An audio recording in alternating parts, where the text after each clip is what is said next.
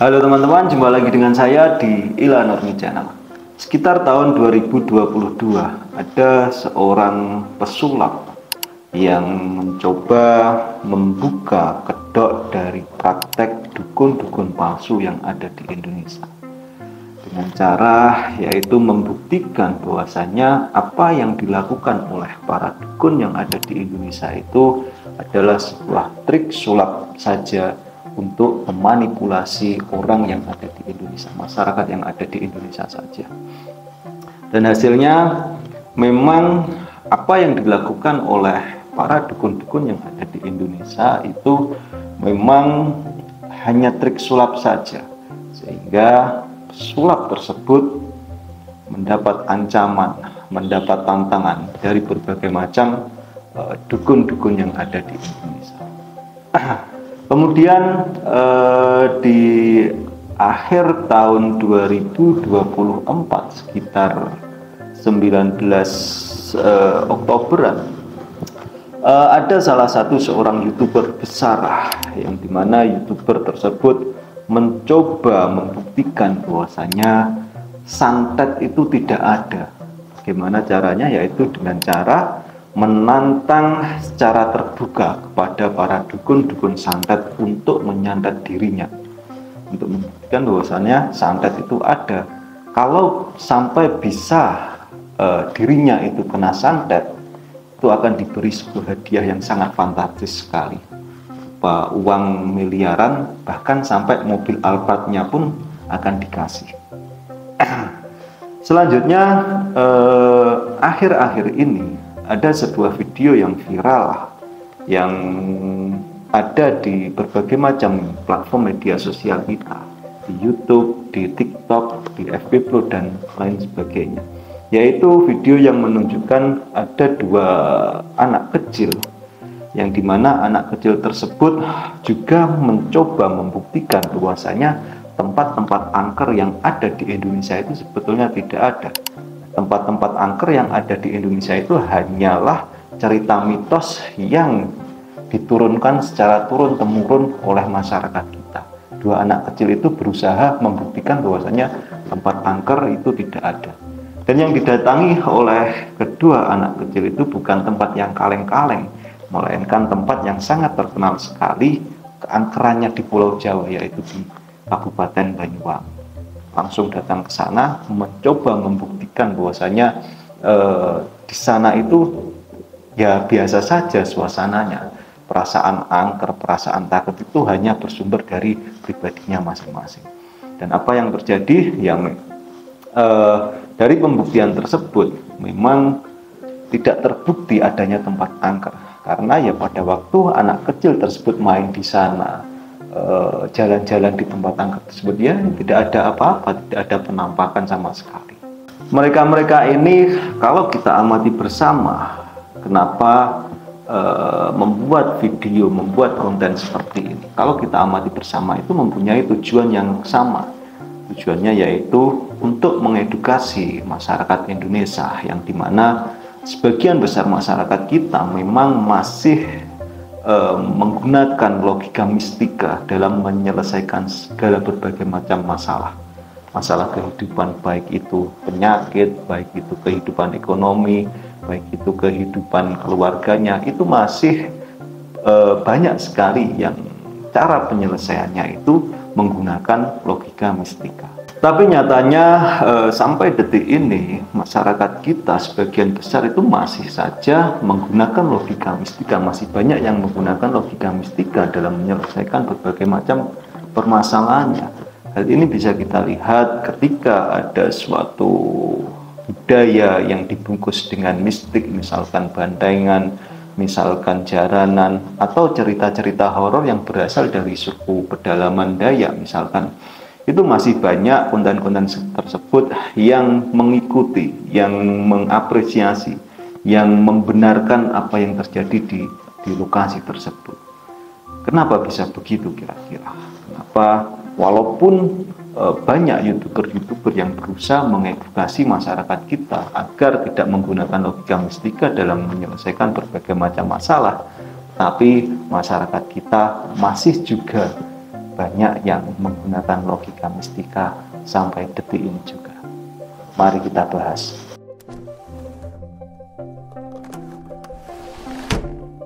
Faktor yang pertama yang mempengaruhi mengapa masyarakat kita sebagian besar itu masih menggunakan logika mistika dalam menyelesaikan berbagai macam permasalahannya, yaitu adanya suatu kebudayaan atau tradisi yang sangat mengakar kuat sekali di dalam masyarakat kita. Saya ambil contoh, misalkan ada kebudayaan yang misalkan seperti jaranan, bantengan, atau bahkan cerita-cerita dari suku-suku pedalaman, misalkan suku pedalaman Dayak ada cerita minyak bintang yang bisa menghidupkan orang mati. Nah, hal-hal semacam itu yang terus dipertahankan dan terus diceritakan secara turun-temurun oleh masyarakat kita. Karena apa ya? Karena masyarakat kita menganggap itu semua itu bukan sebatas hiburan saja, melainkan itu dianggap sebuah identitas kolektif yang dimana keberadaannya itu memang harus sangat dipertahankan. Nah, di dalam masyarakat kita menolak hal-hal mistik yang dimunculkan oleh kebudayaan-kebudayaan yang saya sebutkan tadi, itu dianggap sama dengan menolak budaya itu sendiri, dianggap menolak adat-adat yang ada di dalam daerah itu sendiri. Bahkan bisa dicap kurang sopan terhadap leluhur, bisa dicap kurang ajar terhadap leluhur. Karena apa ya? Karena hanya menolak hal-hal mistik saja, hal-hal mistik yang ada di dalam kebudayaan itu. Bukan menolak budayanya, tetapi menolak unsur dari kebudayaan itu. Itu langsung dicap menolak budaya. Nah, dari sini itu banyak masyarakat kita yang mengambil jalur aman untuk mengamini apa yang terjadi di lingkungannya saat ini. Misalkan lingkungannya itu ada tradisi semacam malam satu suro dengan sesajen dan lain sebagainya, atau gerbek sembunyo di laut, larung sembunyo di laut selatan misalkan, atau menyembelih kerbau untuk ditumbangkan agar tidak terjadi banjir. Nah, sebetulnya masyarakat kita itu banyak yang menolak dengan hal-hal seperti itu. Tetapi ya karena dengan penolakan tersebut masyarakat akan mendapat cap kurang ajar kepada leluhur. Masyarakat itu banyak yang mengambil rasa aman, mengambil sikap aman. Untuk apa ya? Untuk agar tidak mendapat cap menolak adat, agar tidak mendapat cap menolak leluhur, agar tidak mendapat cap kurang sopan terhadap leluhur, sehingga ya pilih diam dan mengikuti apa yang terjadi di lingkungannya masyarakat tersebut, sehingga seolah-olah juga mengaminkan, seolah-olah juga mendukung apa yang terjadi di dalam lingkungannya tersebut. Faktor yang kedua yang mempengaruhi mengapa masyarakat kita itu lebih mengedepankan logika mistika dalam menyelesaikan berbagai macam permasalahan, yaitu masalah pendidikan.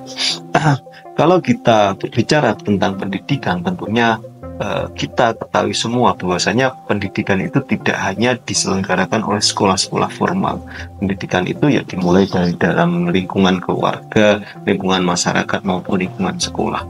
Nah, sebagian besar dari masyarakat kita ketika mendidik anaknya di rumah itu kebanyakan itu anaknya itu ditakut-takuti. Saya ambil contoh, misalkan biasanya dengan kalimat seperti ini: jangan keluar maghrib nanti di gondol wewe gombel. Terus biasanya juga seperti jangan membuka payung di dalam rumah nanti didatangi kuntilanak misalkan. Lah, model pembelajaran, model pendidikan dengan cara menakut-nakuti anak itu akan membuat anak itu tidak bisa berpikir secara logis. Sehingga kalau sudah tidak bisa berpikir secara logis, maka anak tersebut akan tumbuh dengan lingkungan yang penuh mistik, lingkungan yang penuh dengan logika mistika. Nah, kalau sudah tumbuh kembang di lingkungan yang penuh dengan logika mistika karena ditakut-takuti tadi, maka anak tersebut juga akan melakukan sesuatu penyelesaian permasalahan di dalam kehidupannya itu ya dengan logika mistika. Misalkan usahanya kurang lancar, wah ini pasti dapat santet dari pesaingnya sehingga tidak lancar usahanya. Misalkan sakit perut, tiba-tiba perutnya menggelembung, lah langsung diputusi, wah ini kena santet, padahal itu terkena liver dan seterusnya dan seterusnya. Faktor yang ketiga yaitu adanya kebutuhan psikologi. Kebutuhan psikologi untuk mendapatkan rasa aman dan penjelasan alternatif di dalam manusia. Kita ketahui bersama bahwasanya dunia saat ini itu memang sedang tidak baik-baik saja, mulai kemiskinan, mulai banyaknya pengangguran, mulai ketidakadilan, kesenjangan sosial. Lah, hal-hal semacam itu yang menjadikan masa depan seseorang itu menjadi suatu ketidakpastian yang ada di dunia ini. Nah, manusia itu mempunyai kebutuhan psikologi. Otak manusia itu didesain untuk mencari alternatif yang paling cepat sekali mendapatkan rasa aman. Otak manusia itu didesain seperti itu.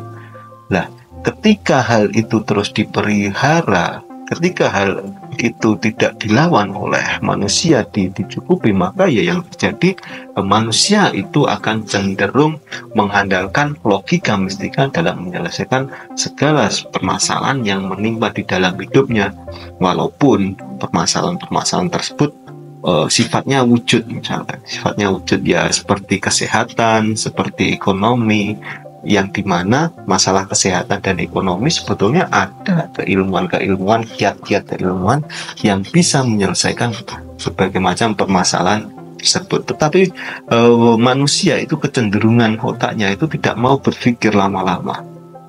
Nah, kalau kita turuti itu ya jatuhnya di situ tadi, manusia akan selalu mengedepankan logika mistika dalam menyelesaikan berbagai macam permasalahan di dalam kehidupannya. Dan itu sangat bertentangan sekali kalau di dalam ajaran agama Islam. Karena apa ya? Karena Tuhan menciptakan kita itu dengan akal dan pikiran, agar kita menggunakan akal dan pikiran kita. Akal dan pikiran kita itu diberikan kepada manusia, diberikan Tuhan kepada manusia itu untuk membeda manusia dengan makhluk yang lainnya. Maka ketika manusia itu bisa menggunakan akal dan pikirannya, ya itu disebut sebenar-benarnya manusia. Tetapi baliknya, kalau manusia itu tidak bisa menggunakan akal dan pikirannya, ya tidak jauh seperti hewan. Kurang lebihnya seperti itu. Oke teman-teman, dari apa yang sudah saya paparkan di atas, dapat disimpulkan memang sebagian besar masyarakat kita itu masih sangat banyak sekali yang menggunakan logika mistika dalam menyelesaikan berbagai macam permasalahannya. Hal itu disebabkan bukan karena masyarakat kita itu tidak tahu apa yang dia lakukan, tetapi karena budaya yang begitu mengikat di dalam masyarakat kita itu, sampai-sampai budaya itu dijadikan sebuah identitas kolektif yang harus dipertahankan secara turun-menurun. Nah, dari sini tidak hanya sekedar edukasi rasional saja untuk mengubah pola pikir masyarakat kita. Tidak cukup hanya sekedar edukasi rasional saja untuk mengubah cara berpikir masyarakat kita, tapi harus dibutuhkan suatu perubahan yang begitu radikal, perubahan yang begitu ekstrim sekali, mulai dari pendidikan, mulai dari kebiasaan, mulai dari kebudayaan yang seharusnya diambil nilai-nilainya saja, tidak dimunculkan mistik-mistiknya, diambil nilai-nilainya saja, harus itu yang harus kita rubah semuanya. Maka dari itu, dari apa yang sudah kita lakukan itu, kita akan menuai hasil masyarakat kita berpikir ke arah yang lebih logis. Terima kasih sudah menyimak. Demikian dari saya, kurang lebihnya mohon maaf. Yang belum subscribe silahkan subscribe. Jumpa lagi di video selanjutnya.